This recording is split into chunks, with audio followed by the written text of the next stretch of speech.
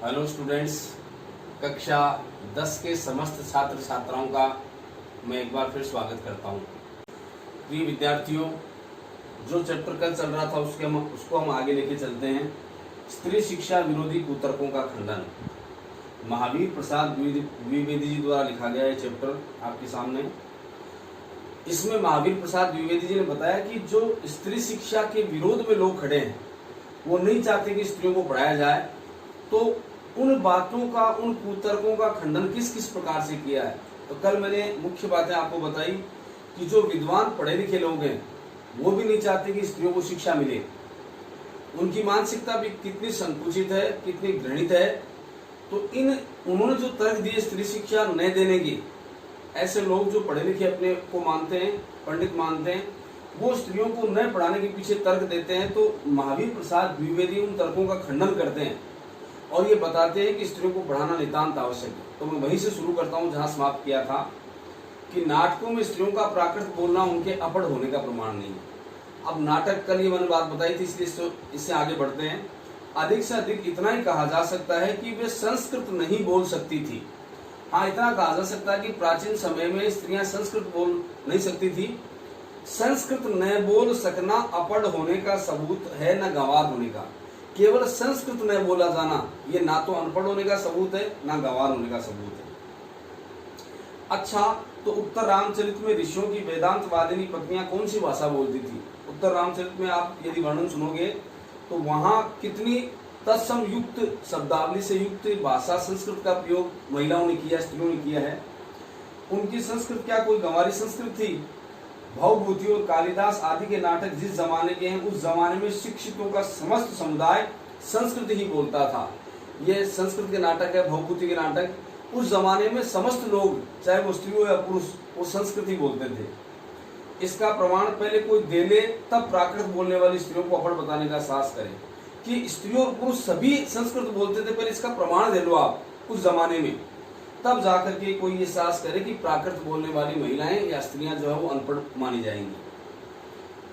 इसका क्या सबूत कि उस जमाने में बोलचाल की भाषा प्राकृत नहीं थी।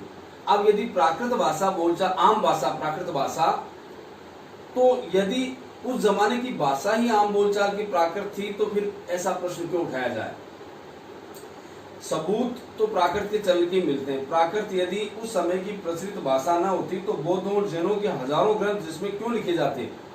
प्राकृत भाषा में आप देखें, जैनियों और बौद्धियों के त्रिपिटक ग्रंथ लिखे गए हैं, वो सारे के सारे प्राकृत भाषा में। और भगवान शाक्य मुनि तो उनके चेले प्राकृत में ही क्यों उपदेश देते? बौद्धों के त्रिपिटक ग्रंथ की रचना प्राकृत में किए जाने का एकमात्र कारण यही कि उस जमाने में प्राकृत ही सर्वसाधारण भाषा थी, सर्वसाधारण, सबकी भाषा। तो यानी सब लोग ज्यादातर इसी का प्रयोग करते थे, ये सबकी भाषा है। तो प्राकृत को आप अनपढ़ होने का सबूत कैसे मान सकते हैं? अतएव प्राकृत बोलना और लिखना अपढ़ और अशिक्षित होने का चिन्ह नहीं है। यदि आप इस बेस पर, कुछ लोग तर्क देते हैं कि ये अनपढ़ लोगों की भाषा है प्राकृत, तो प्राकृत में अच्छे अच्छे ग्रंथ लिखे गए हैं जिनमें बौद्ध और जैन धर्मावलंबियों की बात की गई।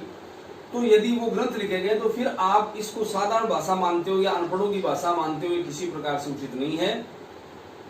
और फिर लिखते हैं, जिन पंडितों ने गाथा सप्तशती, सेतुबंध महाकाव्य और कुमार पाल चरित आदि ग्रंथ प्राकृत में बनाए हैं, वे यदि अपढ़ और गंवार थे तो हिंदी के प्रसिद्ध से प्रसिद्ध अखबार का संपादक इस जमाने में अपढ़ और गंवार कहा जा सकता है। माने इतने विद्वान लोगों ने में प्राकृत भाषा में इतने महान ग्रंथ लिखे हैं, यदि उनको आप अनपढ़ मानते हो तो वर्तमान समय में अच्छे से अच्छे समाचार संपादक को भी आप अनपढ़ कह सकते हैं, क्योंकि वर्तमान में हिंदी प्राकृत के अनुरूप मानी गई है। तो इस भाषा को यदि आप प्राकृत को अनपढ़ों की भाषा मान सकते हैं, तो वर्तमान में तो अच्छे से अच्छे समाचार संपादक को भी आप अनपढ़ मान सकते हैं, उसका भी कोई मूल्य नहीं है,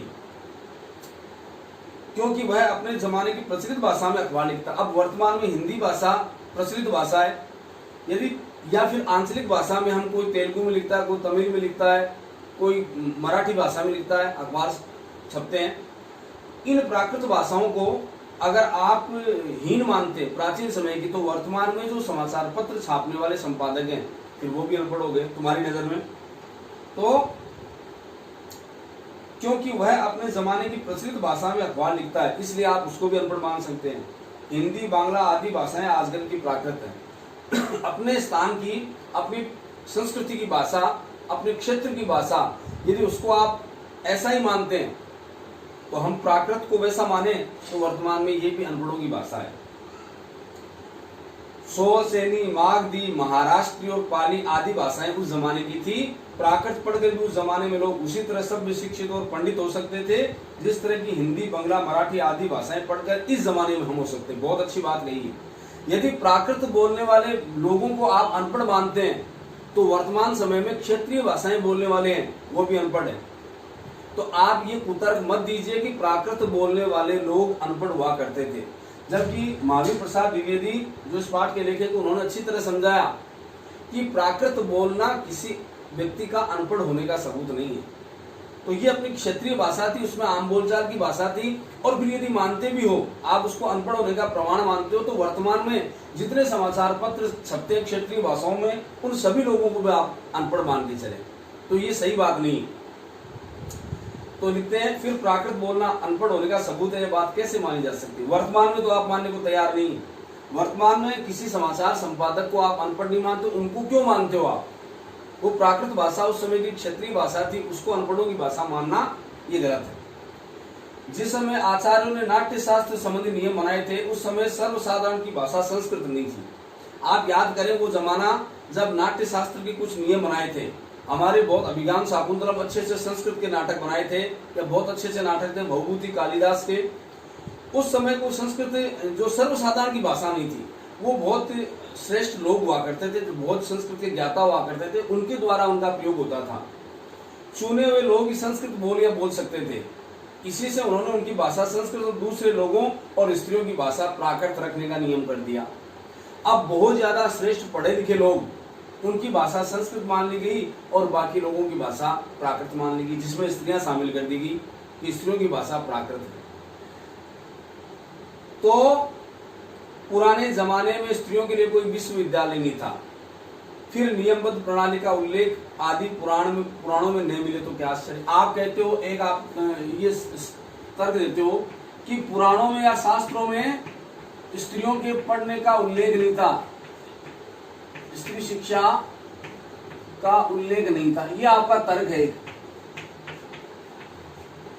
ये आपका तर्क है। तो लेखक महावीर प्रसाद द्विवेदी कहते हैं कि उस जमाने में स्त्रियों के लिए महाविद्यालय नहीं हुआ करते थे या विश्वविद्यालय नहीं हुआ करते थे, और उल्लेख उसका कहीं रहा हो पर नष्ट हो गया हो। अब हम इस बात को पूरी तरह स्वीकार भी नहीं कर सकते कि उस जमाने में स्त्रियों के लिए ये विश्वविद्यालय या महाविद्यालय नहीं हुआ करते थे। मान लो हुआ भी करते थे, लेकिन किसी कारणवश उनका उल्लेख जिसमें हुआ वो ग्रंथ ही नष्ट हो गए। तो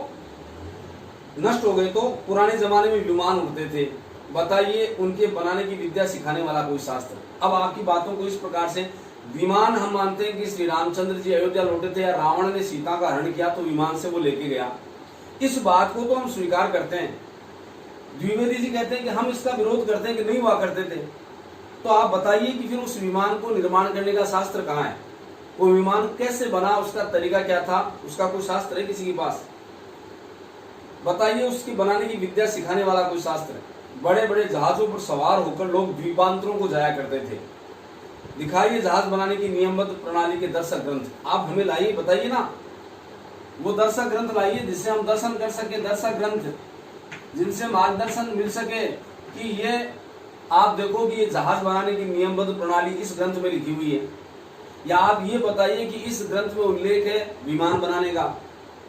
स्वीकार तो हम सब करते हैं, हम मानते हैं कि हाँ रावण ने सीता का हरण किया तो विमान का उपयोग किया, सीता वनवास पूरा करके जब लौट के अयोध्या आए तो विमान से आए। लेकिन ये सब बातें मानते हुए भी क्या हम स्वीकार कर पा रहे हैं कि उनके दर्शक ग्रंथ हमारे सामने मौजूद है? उनका हमारे पास कोई उत्तर नहीं। पुराण आदि में विमानों और जहाजों द्वारा की गई यात्राओं के हवाले देखकर उनका अस्तित्व तो हम बड़े गर्व से स्वीकार करते हैं। ये तो हम मानते हैं और स्वीकार भी करते हैं कि विमान हुआ करते थे, उड़ा करते थे। परंतु पुराने ग्रंथों में अनेक प्रगल्भ विद्वान पंडितों के नामोल्लेख, नाम धन उल्लेख, नामोल्लेख,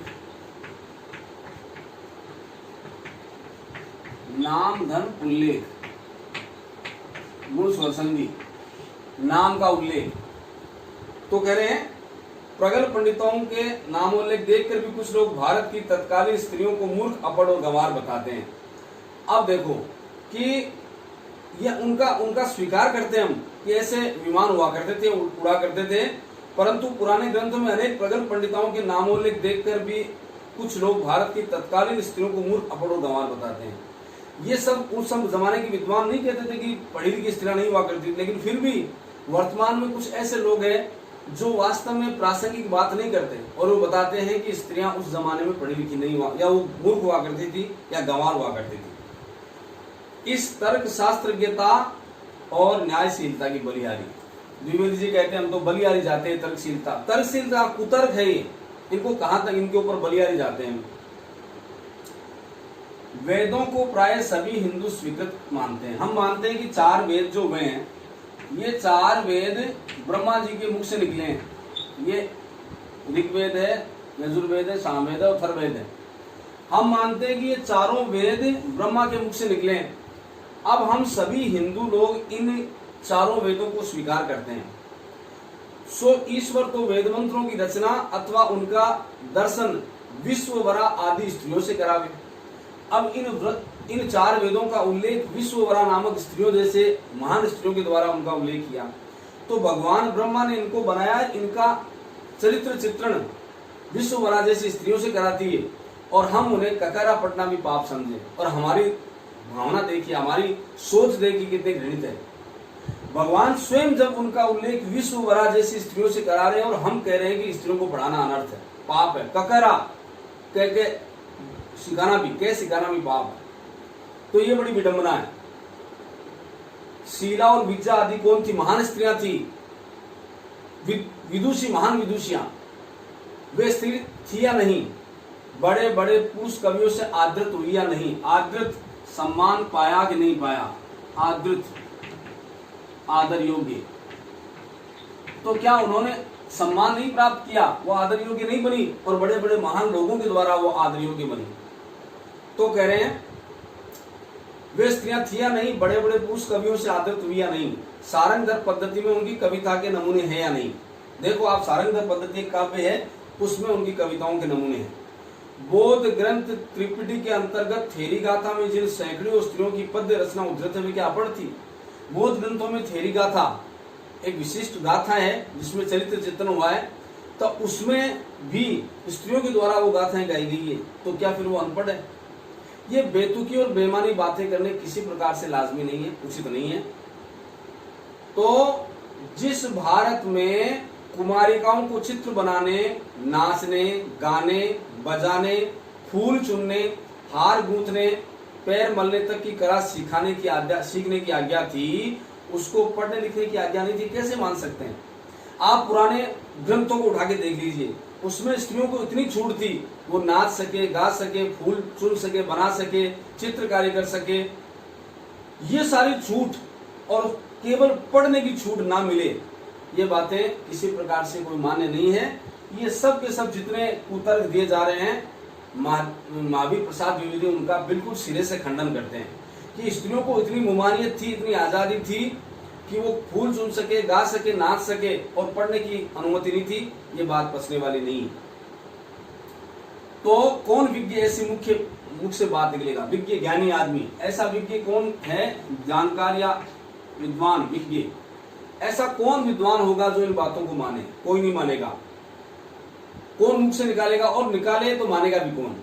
पहली बात है, तो कोई समझदार आदमी तो ऐसी बात कहेगा नहीं। इसका मतलब क्या हुआ कि जो विरोध कर रहे हैं वो लोग ही मूर्ख हैं, उनको इस बात की समझ ही नहीं कि हम क्या बोल रहे हैं। इसके बाद कहते हैं अत्रि की पत्नी अनुसुईया, आप जानते नाम। अत्रि की पत्नी धर्म पर व्याख्यान देते समय घंटों पांडित्य प्रदर्शन करे। जब उसने ज्ञान दिया, वो ज्ञान देते समय, वो बोलते समय इतना महान ज्ञान उसके पास है, पांडित्यपूर्ण प्रदर्शन वो करे, तो घंटों पांडित्यपूर्ण प्रदर्शन करे, गार्गी बड़े बड़े ब्रह्मवादियों को हरा दे। गार्गी और मैत्रेयी नामक स्त्रियां, अच्छे अच्छे विद्वानों को उन्होंने परास्त किया। मंडन मिश्र की सह धर्मचारिणी शंकराचार्य के छक्के छुड़ा दे। बोलो इन स्त्रियों की तुलना आप कहां करोगे? मंडन मिश्र की स्त्री थी, शंकराचार्य जैसे विद्वान के छक्के छुड़ा दिए शास्त्रार्थ में। गजब, इससे अधिक भयंकर बात और क्या हो सकेगी? यह सब पापी पढ़ने का अपराध है। तुम तो लोग इसको पापी पढ़ना कहो, ये बहुत अच्छी बात है। पापी पढ़ना क्यों कहा? क्योंकि तुम्हारी नजर में उन पुरुषों को परास्त कर देना उस पापी पढ़ने का परिणाम है, जबकि तुम्हें सम्मान करना चाहिए उन स्त्रियों का जिन्होंने अपनी बुद्धिमता से, विवेक से और अपने कौशल से पुरुषों तक को परास्त कर दिया था शास्त्रार्थ में। और आप इसको ये ढांचा देते हो, एक रूप देते हो कि ये तो पापी पढ़ने का परिणाम है। अगर वो नहीं पढ़ती तो शायद इतने विद्वानों की फजीयत ना होती। ये गलत बात है। पुरुषों को पढ़ाइए, कहीं कोई दिक्कत नहीं, लेकिन स्त्रियों के साथ इस प्रकार का दुर्व्यवहार अनुचित और गलत है, ये लेखक मानते हैं। क्योंकि आपकी सोच में क्या है कि ना तो वो पढ़ती ना पूजनीय पुरुषों का मुकाबला करती। अगर वो स्त्रियां पढ़ लिखी ना होती तो ऐसे महान लोगों, ये पूजनीय मानते हो विद्वानों को आप, स्त्रियां पढ़ ले तो पूजनीय नहीं है। यह सारा दुराचार स्त्रियों को पढ़ाने का ही कुफल है, कुफल बुरा फल, कि अगर स्त्रियों को न पढ़ा दे तो शायद ये दुराचार, ये कुफल बुरा परिणाम। तो आपकी मान्यता तो है कि स्त्रियों को पढ़ाने से ये बुरा परिणाम निकला। स्त्रियों के लिए पढ़ना कालकूट और पुरुषों के लिए पढ़ना पीयूष का घूंट। देखो, पीयूष अमृत, कालकूट जहर। भाई पुरुषों को पढ़ाना तो अमृत के समान है और कालकूट स्त्रियों को पढ़ाना विष, कालकूट कहते हैं जहर। इसको मानते हो जहर के समान, ये कैसी विडंबना है? तो ऐसी ही दलीलों और दृष्टांतों के आधार पर कुछ लोग स्त्रियों को अपट रखकर भारतवर्ष का गौरव बढ़ाना चाहते हैं। कुछ मूर्ख व्यक्ति हैं, कुछ ऐसे घृणित मानसिकता वाले लोग हैं जो नहीं चाहते स्त्रियों को पढ़ाया जाए, और वो कहते हैं वो स्त्रियों को अनपढ़ रख करके भारत का गौरव बढ़ाना चाहते हैं। ऐसा कदापि संभव नहीं है। जब गाड़ी के दो पहिए तो बराबर होंगे तो ही गाड़ी आगे चलेगी। हमारे समाज को यदि बहुत ही अच्छे तरीके से आगे बढ़ाना है, विकास की तरफ लेके जाना है, तो स्त्रियों का पढ़ाया जाना बिल्कुल सुनिश्चित करें। स्त्रियों को पढ़ाया ही जाना चाहिए। आगे लिखते हैं कि मान लीजिए कि पुराने जमाने में भारत की एक स्त्री भी पढ़ी लिखी नहीं थी। अच्छा, अब उसके बाद कहते हैं चलो तुम्हारी सारी दलीलें हम मान लेते हैं एक क्षण के लिए, और मानते हैं कि उस जमाने में स्त्रियां पढ़ी लिखी नहीं थी। इस बात को भी मानते हैं, ना सही। उस समय स्त्रियों को पढ़ाने की जरूरत नहीं समझी होगी।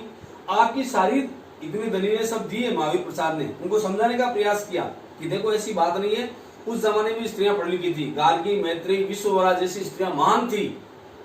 लेकिन जब आप जिद पे अड़े हो कि नहीं साहब हम तो नहीं मानते कि स्त्रियां पढ़ी लिखी नहीं थी, तो कोई बात नहीं, मत मानिए, पढ़ी लिखी नहीं थी। उस समय पढ़ने की आवश्यकता नहीं समझी गई होगी, लेकिन वर्तमान में ऐसा क्यों करते हो कि उनको ना पढ़ाया जाए? तो कहते हैं उस समय स्त्रियों को पढ़ाने की जरूरत नहीं समझी गई होगी, पर अब तो है, अतः पढ़ाना चाहिए। हमने सैकड़ों पुराने नियमों, आदेशों, प्रणाली को तोड़ दिया कि नहीं? ऐसे रूढ़िवादिता से युक्त बेकार नियम जिनका कोई औचित्य नहीं, क्या हमने उन नियमों को नहीं तोड़ा? तो वर्तमान में स्त्रियों को पढ़ाने वाले नियम को क्यों नहीं तोड़ देते कि पुराने समय में नहीं पढ़ाया जाता था लेकिन वर्तमान में पढ़ाएंगे? तो चलिए स्त्रियों को अपट रखने की इस पुरानी चाल को तोड़ दें। लेखक बहुत सुंदर बात कहते हैं कि स्त्रियों को पढ़ाए जाने की जो पुरानी स्थिति है, पुरानी चाल है, उसको हमें तोड़ देना चाहिए। अब हमें ये नहीं सोचना चाहिए कि स्त्रियों को नहीं पढ़ाया जाए। आगे लिखते हैं कि ये पुरानी चाल को तोड़ दें। हमारी प्रार्थना तो यह है कि स्त्री शिक्षा के विपक्षियों को क्षण भर के लिए भी इस कल्पना को अपने मन में स्थान नहीं देना चाहिए कि पुराने जमाने में यहाँ की सारी स्त्रियां अपढ़ थी अथवा उन्हें पढ़ने की आज्ञा नहीं थी। ये आप दिमाग से निकाल दो कि उस जमाने में स्त्रियां पढ़ी लिखी नहीं थी या उनको पढ़ने की आज्ञा नहीं थी या पढ़ी लिखी वो गंवार थी, अनपढ़ थी। ऐसी दिमाग में आपके मस्तिष्क में ऐसी बातें तो उनको निकाल दीजिए कि पुराने जमाने में यहाँ की सारी स्त्रियां अपढ़ थी अथवा उन्हें पढ़ने की आज्ञा नहीं थी। ये दिमाग से निकाल दीजिए। जो लोग पुराणों में पढ़ी लिखी स्त्रियों के हवाले मांगते हैं, फिर भी कुछ लोग कहते हैं कि हम तो इस बात को स्वीकार नहीं करते कि पुराने जमाने में स्त्रियां पढ़ी लिखी थी। अगर वो सबूत मांगते हैं तो श्रीमद् भागवत स्कंद पुराण के उत्तरार्ध का 53वां अध्याय उनको पढ़ना चाहिए। भागवत पुराण के 10वें स्कंद की बात कर रहे हैं, उसमें उत्तरार्ध में 53वां अध्याय है उसको पढ़ना चाहिए। उसमें रुक्मणी हरण की कथा है, रुक्मणी का हरण श्री कृष्ण करते हैं, उस समय का चित्रण है। रुक्मणी ने जो एक लंबा चौड़ा पत्र एकांत में लिखकर एक ब्राह्मण के हाथ श्री कृष्ण को भेजा था, वह तो प्राकृत में नहीं था। अब आप बताइए, आप उदाहरण देते हैं 53वें अध्याय में देख लीजिए आप स्कंद पुराण, भगवत पुराण जो भागवत है उसका 10वां स्कंद देख लीजिए, उसका 53वां अध्याय देख लीजिए। उसमें रुक्मणी जी ने एक बहुत लंबा चौड़ा पत्र श्री कृष्ण को लिख करके भेजा है कि आप मुझे यहाँ से ले जाइए। वो सारा पत्र वो तो प्राकृत में नहीं था, उसमें प्राकृत होने का उल्लेख भागवत में तो नहीं है। उसमें रुक्मणी ने जो पांडित्य दिखाया है वह उसके अपढ़ और अल्पज्ञ, एक तो होता है बहुज्ञ और उसका ऑपोजिट होता है अल्पज्ञ। अल्पज्ञ कम जानने वाला,